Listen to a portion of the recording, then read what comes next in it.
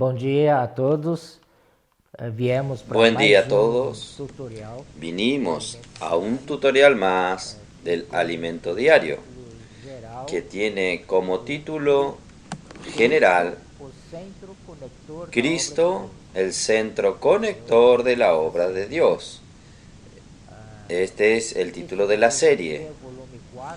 Este volumen aquí es el volumen 4 o libro 4 y tiene como título Buscad las cosas Hoje nós vamos de arriba. Hoy nosotros vamos a ver la semana número 1, que tiene como título habita corporalmente En Cristo habita corporalmente toda la plenitud de la deidad. ver Nosotros vamos a ver el, a partir do un capítulo versículo de la 3, Biblia en Colosenses versículo a 8, partir del capítulo 2, versículo 8 hasta el 15. Es lo que nosotros vamos a abordar hoy. Entonces, aquí, al comienzo, él comienza hablando del tejido de amor, que el Señor quiere trabajar en nosotros, este tejido de amor, y nos muestra que la estructura de la vida de la iglesia, la estructura de la iglesia y del vivir cristiano es fe, amor y esperanza.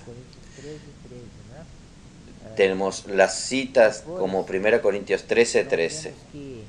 Y después nosotros vemos que vivimos mucho en el mundo, en el sistema cartesiano, o sea, en el mundo terrenal, en el mundo de la materia. Pero necesitamos ser transferidos.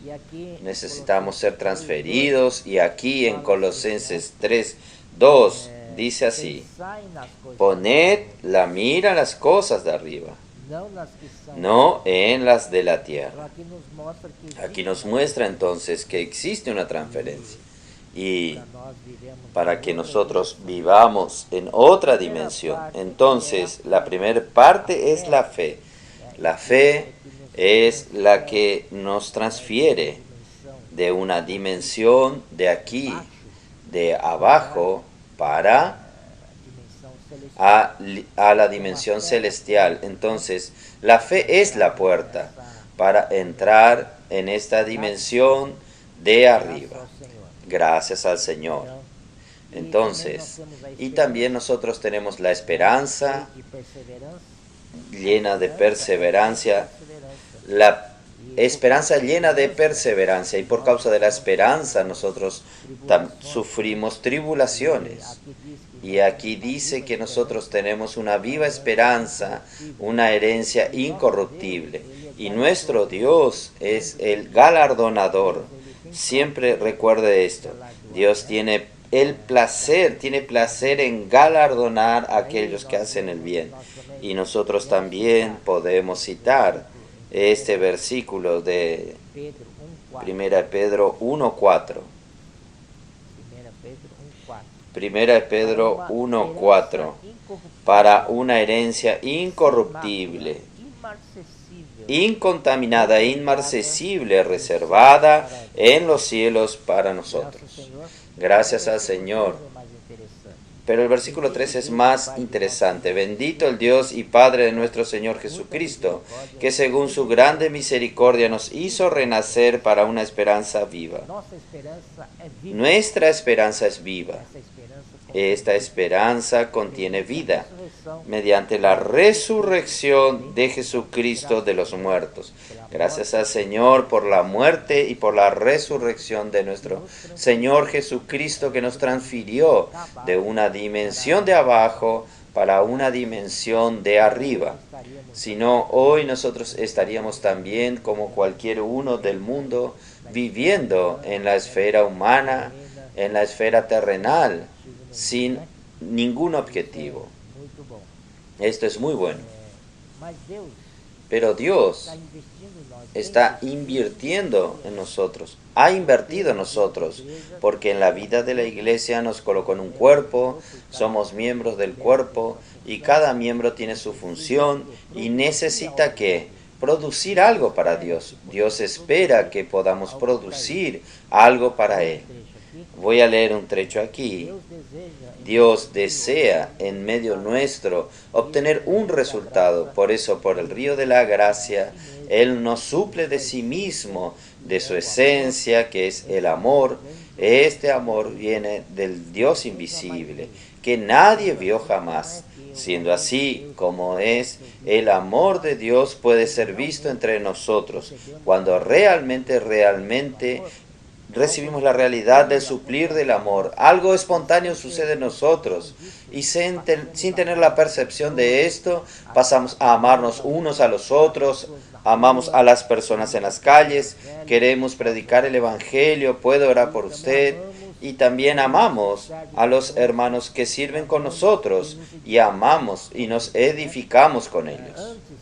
Antes teníamos dificultades en relacionarnos, pero ahora con el amor de Dios habitando nosotros, por la fe, estamos juntos haciendo inmersión en la palabra y nos edificamos. Gracias al Señor. En fin, juntos ganamos nuestra alma para el Señor.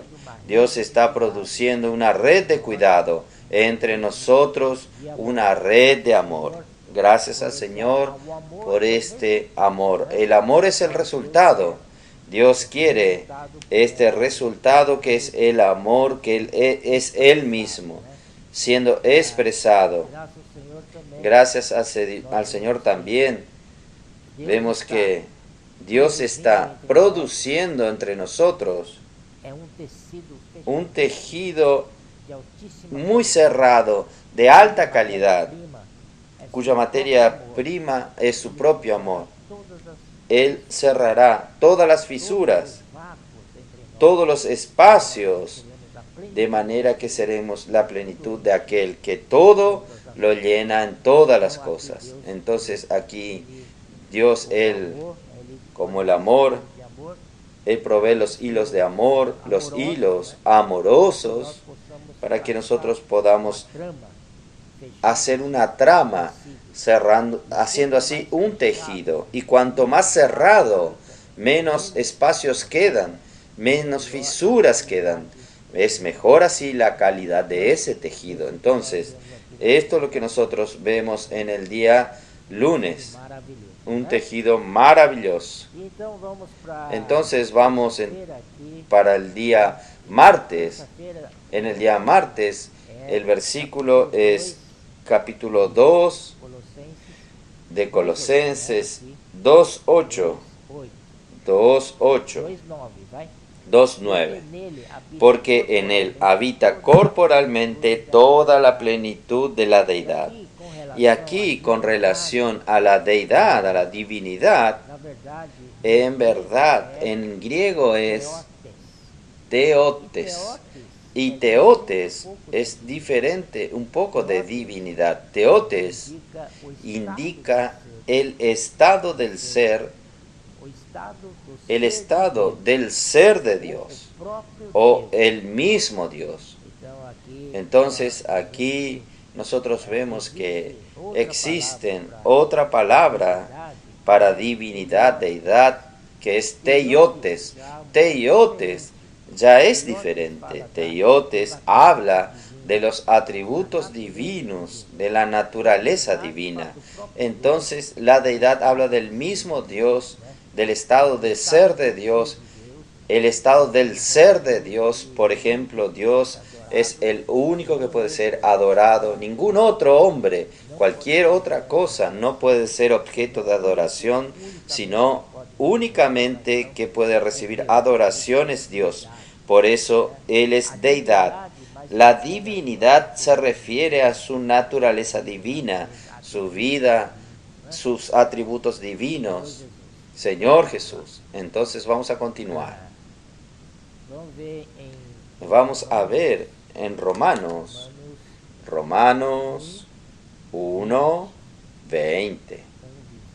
1:20. Nos dice así. Porque las cosas invisibles de Él, su eterno poder y deidad, esta deidad aquí es teiotes. La palabra teiotes en griego tiene una pequeña diferencia. Ahí nosotros vamos a ver qué es esto. ¿Por qué Cristo es la plenitud de la deidad? Él es lleno de Dios. El mismo Cristo está lleno de Dios. Entonces vamos a ver otros versículos, que es Hebreos 1:3. Vamos a ver a Hebreos para tener una visión más clara. Hebreos 1:3. El cual, siendo el resplandor de su gloria y la imagen misma de su sustancia. Primeramente, Cristo es el resplandor de la gloria. Primeramente, esto que vamos a hablar, el resplandor de la gloria. Vamos a compararlo con el sol. El sol es la fuente de luz, fuente de energía, y sin embargo, no conseguimos aproximarnos al sol. A medida que nos aproximamos al sol, vamos a ser totalmente consumidos por el calor. Entonces, ¿cómo es que nosotros podemos disfrutar de los efectos benéficos del sol? A través de los rayos solares. Entonces, vamos a comparar así. Dios es como el sol. Nadie vio a Dios jamás, pero su unigénito Hijo que está en el seno del Padre es quien lo reveló. Entonces, Dios es el sol. Nadie se aproxima al sol. Sin embargo, el sol llega hasta nosotros a través de los rayos solares. Entonces, Dios llega hasta nosotros a través de Cristo. Cristo que es el resplandor de la gloria de Dios. Dios es la misma gloria. Él es muy glorioso. Ningún mortal consigue aproximarse a Él, porque Él habita en la inmortalidad. Pero, ¿cómo Él llega hasta nosotros? Y cómo nosotros, meros humanos, podemos llegarnos hasta Él, es a través del resplandor de su gloria, que es el Hijo. Entonces, el Hijo trae al Padre para hasta nosotros. Y hay otra expresión que aquí 1:3 nos dice, Él es el resplandor de su gloria y la imagen misma de su sustancia. Esta imagen misma de su sustancia, primero, su ser. El ser aquí, traducido, es traducido como hipóstasis.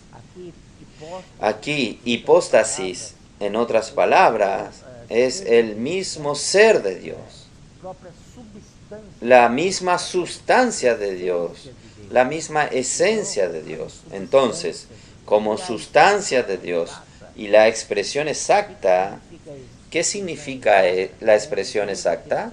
En griego tiene un sentido de carácter. Entonces, caracteres. Entonces, Cristo, cuando vino hasta nosotros, Él graba en nosotros estos caracteres. Él estampa en nosotros. Él sella en nosotros. Él graba en nosotros. Él imprime la misma sustancia de Dios en nosotros. Esto es maravilloso. Y el hermano Pedro recientemente nos está hablando de Deuteronomio capítulo 6, si no me engaño, versículo 7. Allí habla de inculcar la palabra. Usted andando, sentado en su casa, acostado, al levantarse. Entonces, ¿qué es inculcar? Inculcar es grabar, es imprimir la palabra de Dios en el espíritu o en el corazón de alguien. Entonces, esta grabación, esta impresión, como 2 Corintios 3, versículo 3 dice que vosotros sois cartas de Cristo para que sean leídos a través de nuestro ministerio escrita no con tinta, sino con el Espíritu del Dios vivo. Entonces, esta aquí no es solamente escrito con tinta superficialmente, que fácilmente se borra. Una goma borra, pero esta impresión aquí es más profunda.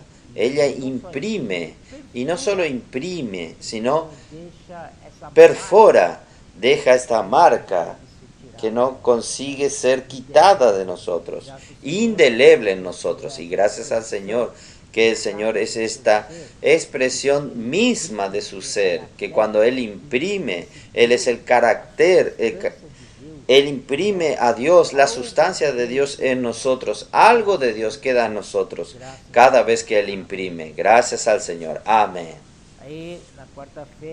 En el día miércoles nosotros vamos al capítulo, nuevamente capítulo 2 de Colosenses, versículo 8.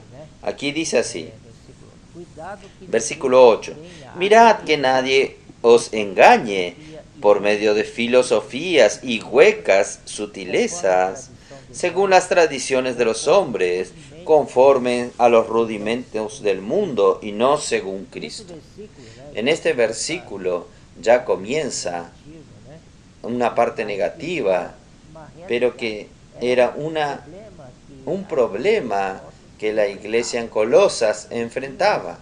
Ellos tenían este problema que Pablo intentó ayudarlos en esta epístola. Primeramente aquí dice, nadie os engañe. Vamos a ver qué es engañe, enredar. En griego es sulagogeis, que significa cautivar, es llevar a alguien cautivo, esclavizar. Entonces, cuidado, hermanos, no sea enredado, llevado, engañado, quédese firme en su fe, con las vanas sutilezas, huecas sutilezas, que significa vacío, totalmente vacío. Sutilezas es apats en griego, que significa engaños, falsedades. Entonces, aquí el autor, hablando de Juan 8:44, ¿por qué mencionó,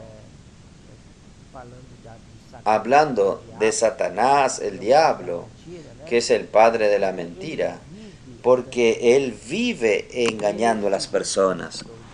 Él se desconectó de Dios, entonces él se tornó la misma mentira.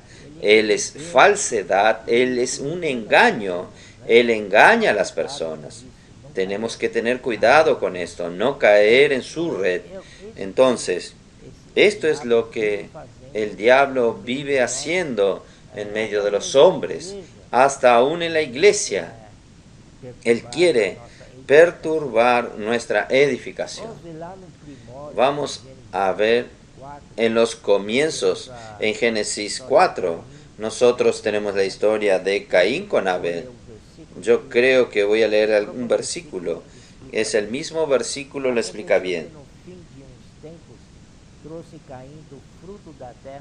Y aconteció andando el tiempo que Caín trajo del fruto de la tierra una ofrenda a Jehová. Y Abel trajo también de la primicia de sus ovejas, de lo más gordo de ella. Y miró Jehová con agrado a Abel y a su ofrenda, pero no miró con agrado a Caín y a la ofrenda suya. Y se ensañó Caín en gran manera y decayó su semblante. Entonces Jehová le dijo a Caín, ¿por qué te has ensañado y por qué has decaído tu semblante? Si bien hicieres, no serás enaltecido, y si no hicieres bien, el pecado está a la puerta. Con todo esto, a ti te será su deseo, y tú te enseñorearás de él. Dijo Caín a su hermano, salgamos al campo, y aconteció que estando ellos en el campo, Caín se levantó contra su hermano y lo mató. Entonces, esto, él fue cuando Dios se agradó más de la ofrenda de Caín, de Abel, que de Caín. Caín, surgió en él una envidia de su hermano. Cuidado, hermanos, con la envidia. aún en la vida de la iglesia nosotros necesitamos tener mucho cuidado, estar vigilantes, porque la envidia es algo inherente en el hombre, está en nosotros mismos, en mí también. Entonces tenga cuidado. Cuando se manifiesta alguna señal de envidia, vamos a arrepentirnos, buscar al Señor, orar que el Señor quite este malo sentimiento que pueden perjudicar a la edificación de la iglesia. Y ahí la envidia, si usted no la controla, no la trata inmediatamente, ella evoluciona y se desarrolla en el odio. Y usted comienza a tener odio del hermano. Miren, qué cosa terrible, hermanos. Tener odio de un hermano. No, no se puede. Y ahí entonces, hermanos, ¿qué sucede? El odio lleva al homicidio. Entonces, Satanás fue el primero en inducir al hombre al suicidio. Él mismo es el que mata, el asesino. Él es el padre de la mentira. Él hizo suceder el primer homicidio. Envidia lleva al odio y después el homicidio. Pero hermanos, vamos a hablar un poco del lado positivo.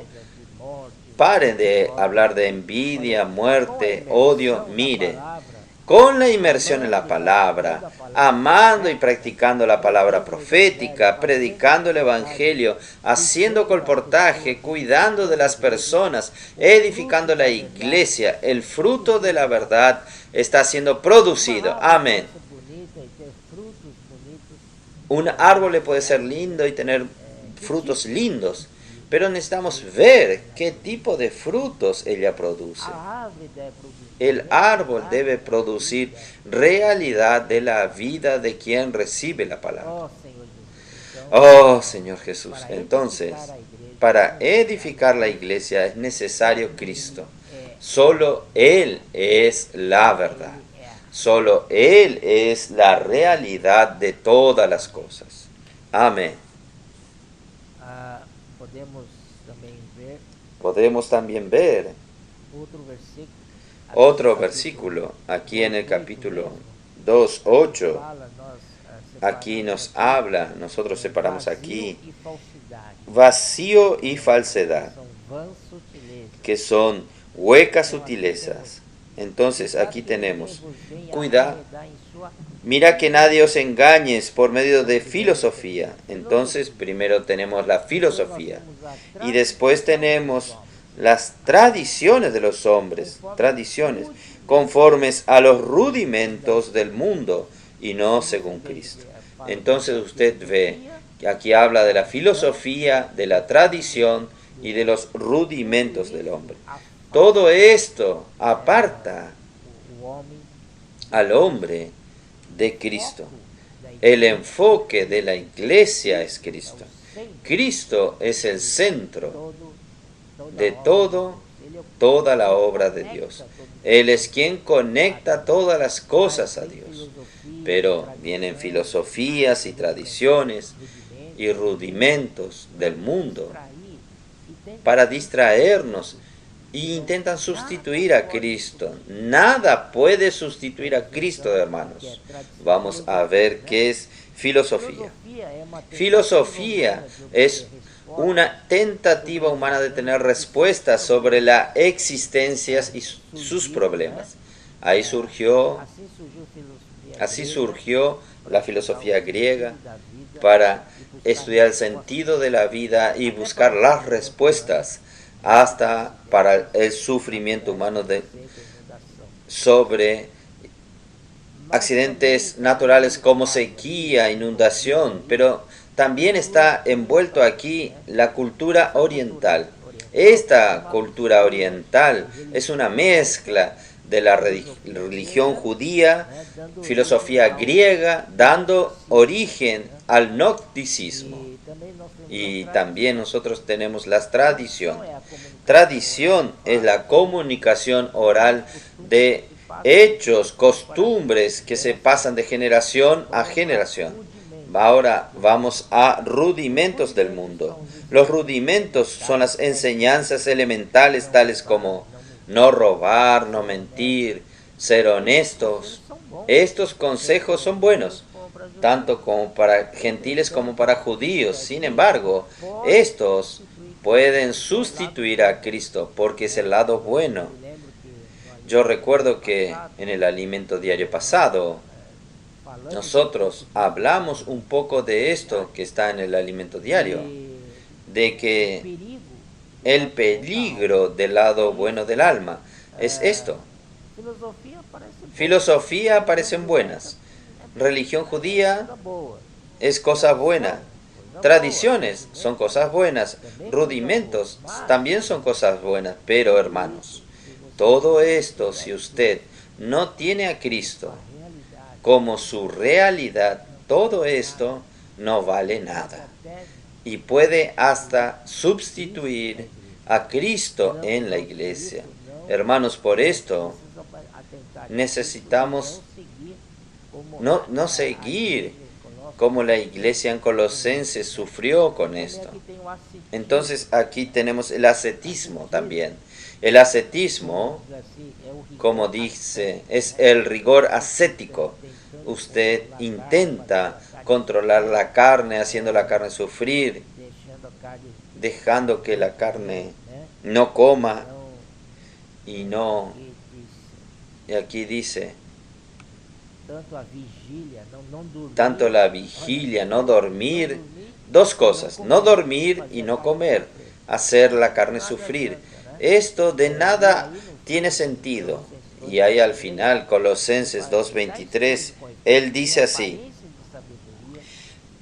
tales cosas tienen a la verdad cierta reputación de sabiduría en culto voluntario, en humildad y en duro trato del cuerpo, pero no tienen valor ninguno contra los apetitos de la carne. La ley del pecado y de la muerte son muy fuertes que nuestra voluntad humana. Oh Señor Jesús. Entonces vamos a enfocarnos a unirnos a Cristo como realidad. No vamos a dejar que las filosofías nos distraigan de Cristo. Tradiciones sustituyan a Cristo y ni rudimentos del mundo, que son cosas aparentemente buenas, pero pueden sustituir a Cristo. Cristo es el centro, el enfoque de todas las cosas. Aquí dice, la palabra profética tiene como meta traer la realidad, porque es la palabra de verdad. Todo lo que no es según Cristo es engaño, falsedad y es destituido de la verdad. Entonces, ¿qué va a salvarnos? ¿Qué va a darnos una dirección? ¿Qué es esto sí, esto no? Es la palabra profética. Y el Espíritu está en la palabra profética. Va a traernos realidad, porque es la palabra de verdad. Todo lo que no es según Cristo es engaño, es falsedad, es destituido de la verdad, está fuera de la verdad. Ahí nosotros vamos a Colosenses capítulo 2:10. Dice así: y vosotros estáis completos en él, que es la cabeza de todo principado y potestad. Entonces aquí es perfeccionado. Esta palabra en griego es plero, que significa llenar hasta lo máximo. Tornar a ser lleno, completar, llenar hasta el límite. Ese es el sentido de perfeccionar en griego, que es plero. Entonces, hermanos, ¿qué definición? En la medida que somos perfeccionados en el cuerpo de Cristo, somos llenados hasta lo máximo, a ser lleno, llenar, completar, llenar hasta el límite. Esto es lo que Dios quiere hacer con nosotros. Nosotros estamos en la vida de la iglesia, estamos siendo perfeccionados.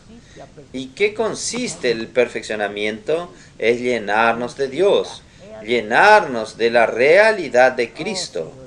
Oh Señor Jesús, solo Cristo es capaz de llenarnos hasta la plenitud y perfeccionarnos en nuestro carácter.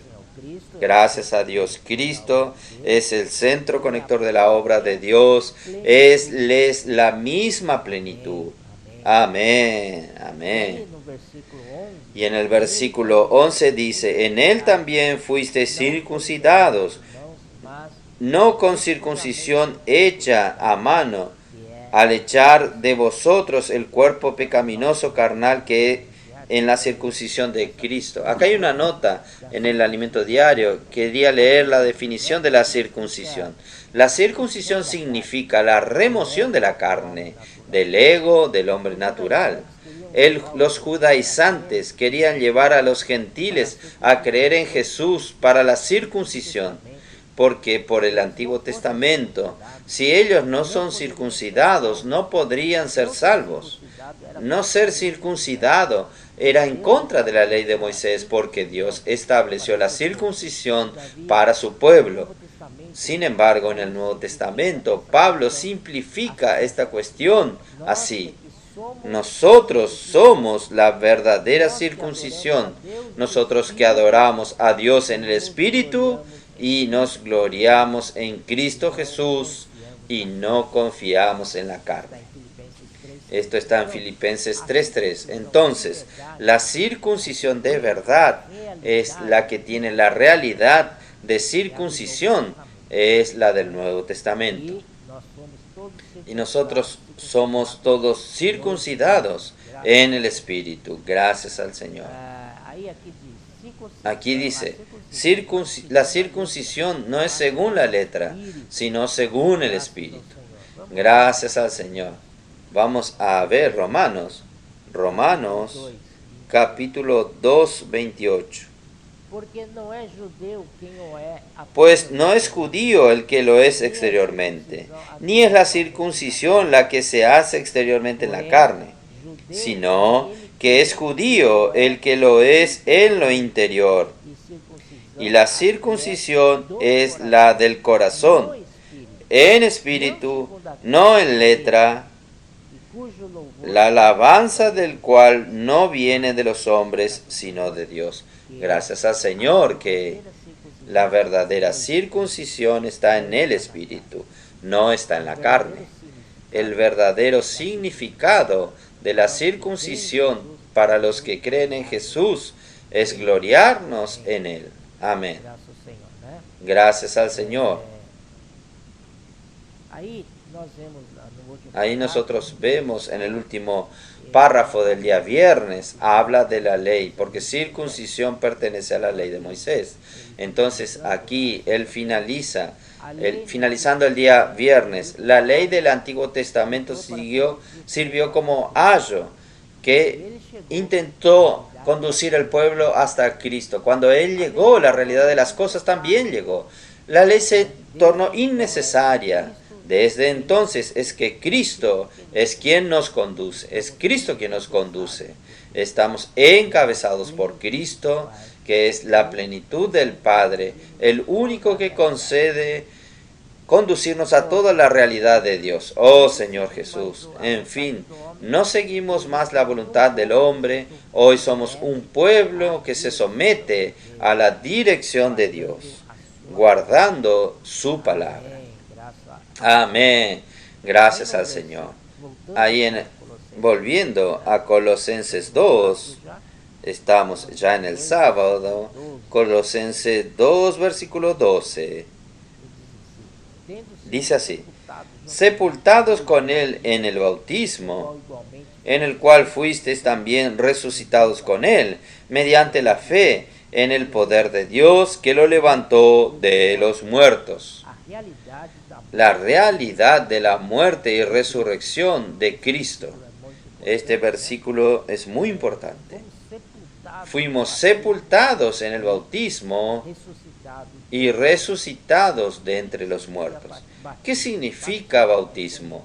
Bautismo es cuando tiene un significado de ser sepultado. Usted murió con Cristo.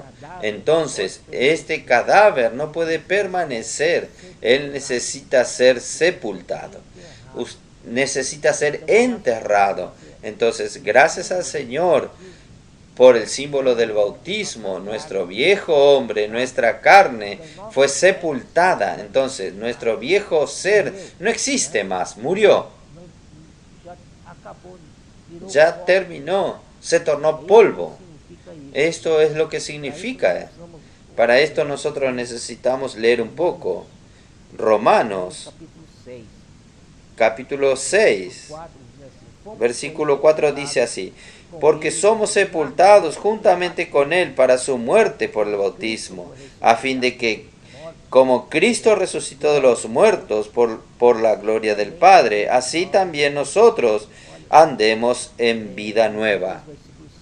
Después versículo 5, porque si fuisteis plantados juntamente con Él en la semejanza de su muerte, así también lo seremos en la semejanza de su resurrección.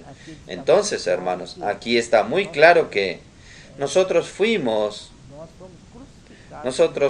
crucificados junto con Cristo en la semejanza de su muerte. Si Cristo murió, nosotros también morimos juntamente con Cristo. Entonces, no existe más el viejo ser. Aquella carne que nos molestaba, que nos incomodaba, ya murió. Ya está clavada en la cruz. Por eso que a partir del momento que yo tengo esta realidad de que yo morí con Cristo, entonces yo tengo que vivir no más en la esfera antigua, en esta dimensión terrenal de la materia. Ahora, como yo morí con Cristo y también resucité con Cristo, ahora yo paso a vivir en otra dimensión. Ya hablamos esto. Necesitamos ser transferidos a otra dimensión, que es la dimensión celestial. Y allí, hermanos, ¿cómo vivir en la dimensión celestial? Es vivir en el Espíritu, no vivir más en la carne. Ahora, nuestro camino es vivir en el Espíritu. Y si vivimos y andamos en el Espíritu, nosotros tenemos entonces la novedad de vida. Novedad de vida, es algo nuevo. Día a día nosotros tenemos este frescor de la vida de Dios, que es nuevo, se renueva cada día. Entonces, y dejamos de vivir en las cosas viejas, en las vejeces, todas aquellas cosas que ni podemos citar. Hermanos, nosotros queremos vivir en novedad de vida, gracias al Señor. En el Espíritu usted encuentra toda la plenitud de la deidad. Que esta plenitud de la deidad está en Cristo. Si ejercitamos el Espíritu, tocamos en el Espíritu, que tiene la plenitud de Dios, la realidad de Dios, la realidad de la muerte del viejo hombre con Cristo en la cruz y la realidad de la resurrección con Cristo. Gracias al Señor. No necesitamos más vivir en la carne. Podemos vivir en la resurrección andando en novedad de vida. Gracias al Señor. Amén. Oh Señor Jesús. Entonces aquí nosotros podemos ver que la sabiduría humana aquí, ¿qué es sabiduría humana? La sabiduría humana es la filosofía griega, religión judía, cultura oriental, cosa que nosotros ya vimos, que dice que la carne tiene la culpa de todo, necesitamos hacerla sufrir la carne a través de ayuno, vigilias para no dormir. Pero hermanos, no necesitamos hacer esto. En vez de hacer que la carne sufra, es mejor hacer que ella muera. Y gracias al Señor ya está muerta. No solo muerta, fue sepultada ya. Simbolizado por el bautismo. Ahí en la resurrección de Cristo, yo puedo andar en novedad de vida. Y ahí vamos a citar Gálatas 2:2. Ya estoy crucificado con Cristo. No vivo yo más, sino que Cristo vive en mí. Gracias al Señor. Entonces, a partir de ahora, vamos a vivir en la esfera celestial, viviendo en el Espíritu, no vivir más en nuestra carne en la dimensión terrenal. Y también en los próximos versículos, versículo 14, 14 y 15, 14 y 15, él dice así: anulando el acta de los decretos que había contra nosotros, que nos era contraria, quitándola de en medio y clavándola en la cruz, y despojando a los principados y a las potestades, los exhibió públicamente, triunfando sobre ellos en la cruz. Entonces, cuando el Señor Jesús murió, no solo hizo que nuestro viejo hombre muera con Él, sino que también los delitos, los pecados cometidos por este hombre en el pasado por su carne, los pecados cometidos también fueron cancelados. O sea, cuando usted peca, existe un registro del pecado. Usted tiene culpa en la escribanía. ¿Será que esto te va a atormentar toda la vida? ¿Será que es esto? Por eso, hermanos, cuando nosotros morimos con Cristo, el Señor Jesús, Él canceló nuestra deuda. Nosotros teníamos una deuda impagable con Dios, pero Cristo en su muerte, Él canceló la deuda. Entonces, cuando Él canceló la deuda, Él eliminó el registro en la escribanía. Entonces, cuando alguien, el diablo, a él le gusta acusar a los hermanos, él va a la escribanía y toma el registro, un documento, y gracias al Señor Jesús, que este registro, este documento dice, no consta nada, no hay nada. ¿Quién hizo esto? El Señor Jesús. No es solamente, ya morimos en nuestra carne con Él.